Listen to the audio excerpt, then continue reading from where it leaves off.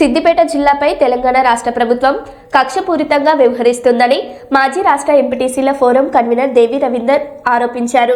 జిల్లాల కుదింపు పేరుతో సిద్దిపేటకు అన్యాయం చేయాలనే ఆలోచనను వెంటనే విరమించుకోవాలని ఆయన డిమాండ్ చేశారు. సిద్దిపేట పట్టణంలోని అంబేద్కర్ చౌరస్తా వద్ద మాట్లాడిన ఆయన జిల్లాల గుర్తింపును కాపాడుకునేందుకు అవసరమైతే మరో ఉద్యమానికి సిద్ధమని హెచ్చరించారు.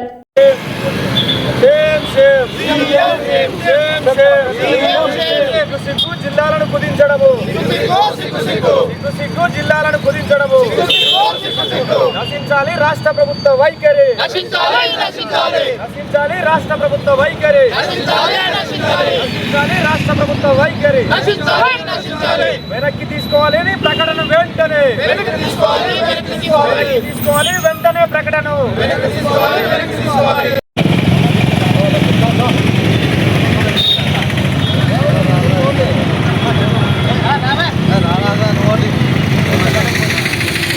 అందరూ అవుతుంది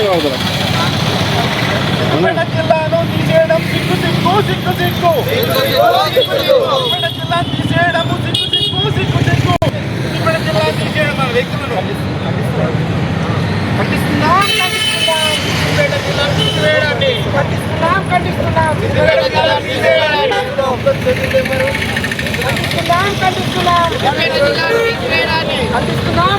బాబాసాహెబ్ అంబేద్కర్ గారి ఆలోచన విధానంతో రూపొందిన రాజ్యాంగం ప్రకారం చిన్న రాష్ట్రాలు, చిన్న జిల్లాలు, చిన్న మండలాలు ఉంటే పాలన సౌలభ్యం ఉంటుందనే ఉద్దేశంతో కేసీఆర్ గారి నాయకత్వంలో 14 సంవత్సరాలు పోరాటం చేసి ఉద్యమాలతో సాధించుకున్న తెలంగాణ రాష్ట్రం, అమరుల త్యాగాల సాక్షిగా ఏర్పడ్డ తెలంగాణ రాష్ట్రంలో 110 సంవత్సరాలకు పైగా ఉన్న ఉమ్మడి మెదక్ జిల్లా నుండి 2016 సంవత్సరంలో సిద్దిపేట జిల్లాను ఏర్పాటు చేసుకోవడం జరిగింది.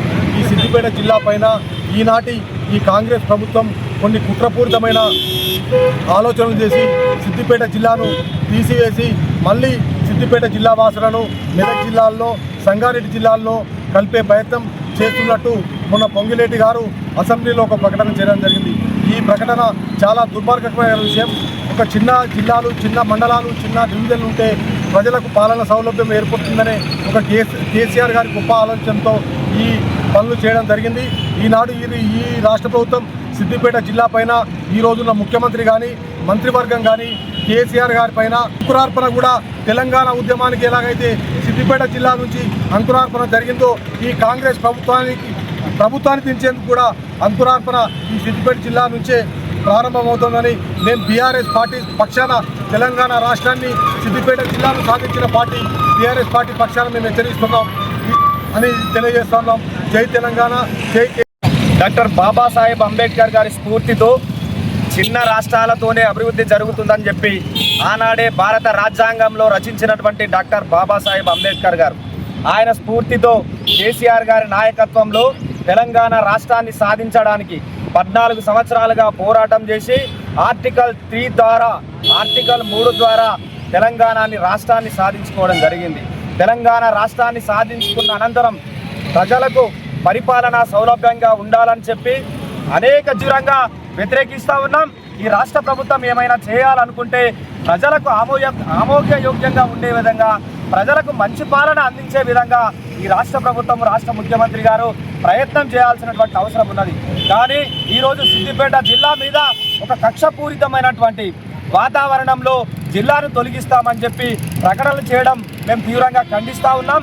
ఒకవేళ కనుక సిద్దిపేట జిల్లా వైపు రాష్ట్ర ప్రభుత్వం కనుక కన్నెత్తి చూస్తే జరగబోయే పరిణామాలు సిద్దిపేట జిల్లా అగ్నిగుండంగా మారబోతుంది. మీ ప్రభుత్వానికి సిద్దిపేట జిల్లా నుంచే పతనం స్టార్ట్ అవుతుందని కూడా ఈ సందర్భంగా ఈ రాష్ట్ర ప్రభుత్వానికి తెలియజేస్తూ ఉన్నాం. ముఖ్యంగా గతంలో రేవంత్ రెడ్డి గారు ఈ తెలంగాణ రాష్ట్ర సాధనలో పనిచేయకుండా జై తెలంగాణ అనని ముఖ్యమంత్రి ఈ రాష్ట్రానికి ముఖ్యమంత్రి కావడం నిజంగా దుర్మార్గం.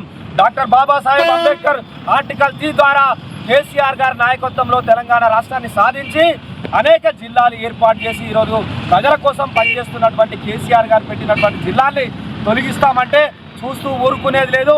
ఇప్పటికైనా కూడా మరి మంత్రి పొంగులేటి గారు చేసినటువంటి ప్రకటన మీద ముఖ్యమంత్రి రేవంత్ రెడ్డి గారు స్పష్టమైనటువంటి ప్రకటన చేయాలని చెప్పి, లేని పక్షంలో జరగబోయేటువంటి పరిణామాలకు రాష్ట్ర ప్రభుత్వం బాధ్యత వహించాల్సి ఉంటుందని చెప్పి ఈ సందర్భంగా ప్రభుత్వాన్ని హెచ్చరిస్తా ఉన్నాం.